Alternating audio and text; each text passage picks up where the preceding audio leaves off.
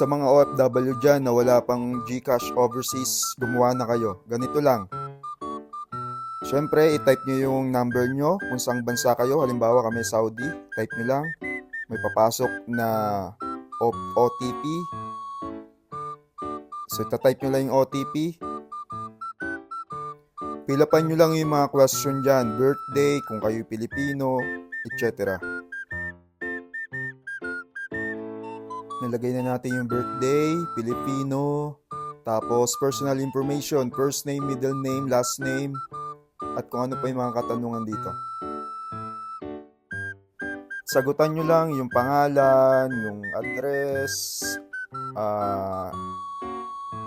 gender, birthday, kung ano yung address mo sa abroad. Yun lang, yung mga basic information about sa'yo. Ay yung mga katanungan dyan.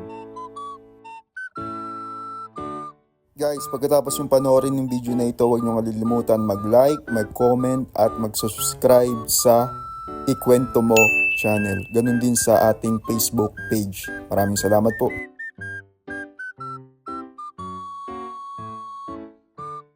Patuloy lang po nating fill upan yung mga hinihingi information dyan sa part na yan.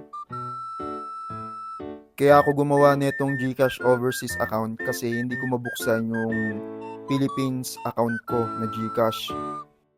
Dahil siguro yung number ko na pang Pilipinas lang hindi makatanggap ng text messages dito sa abroad.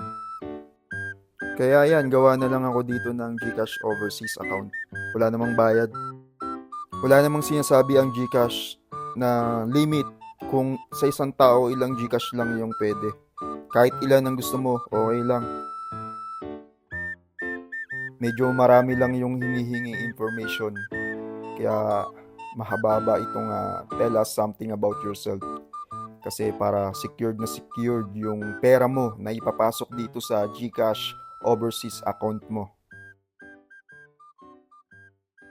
Dito kasi sa GCash, pinakamabilis na gamitin para sa pagbayad ng SSS, Pag-ibig, o ng PhilHealth.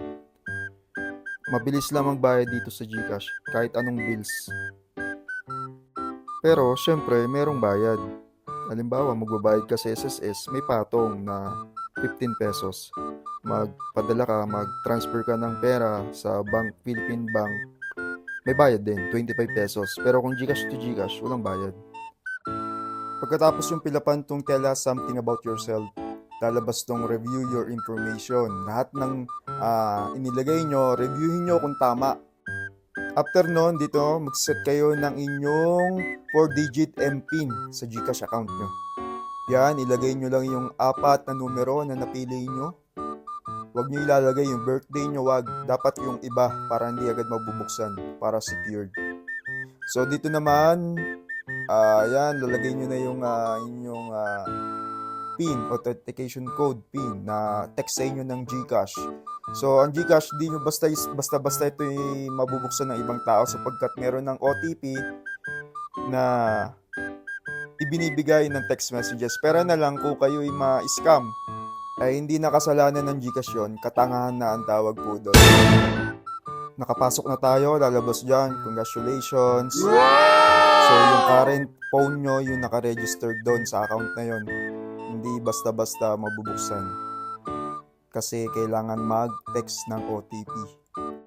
Next naman natin gagawin ay i-verify yung ating GCash overseas account. So, pipilapan ulit natin, birthday, name, kailangan ng ID, kailangan ng iyong selfie. So, yun.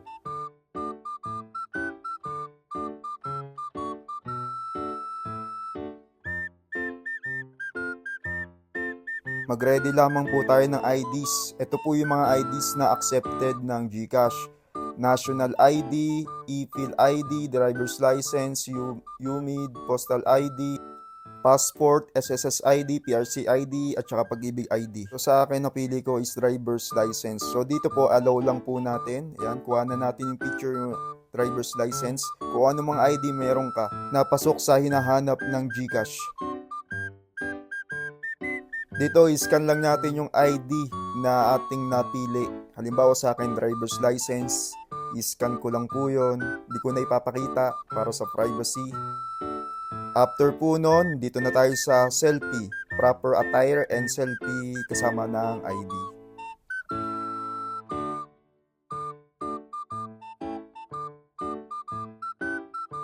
After mag-selfie, processing, then hintay lang po tayo.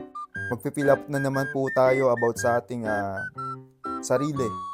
Katulad dun sa una. Ulitin lang po natin yung ginawa natin sa una. Pangalan, address, kung anong gender, kung ano yung address mo dito sa abroad,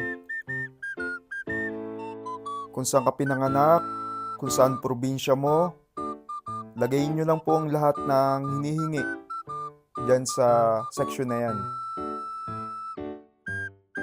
Sa Japan, nagamit tong pangbayad yung GCash overseas sa mga doon, sa mga tindahan, sa mga store doon. Pwede ipangbayad tong GCash overseas. Dito sa Saudi, try natin, tapos balikan natin, gawa ulit tayo ng video.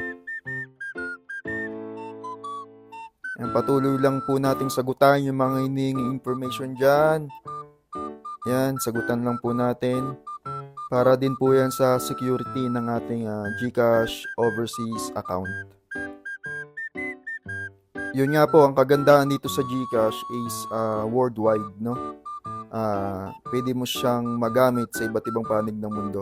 Kagaya din naman ng iba, pero ito kasing GCash, parang tiwala tayo kasi halos karamihan ng mga Pilipino, ito ang ginagamit, GCash.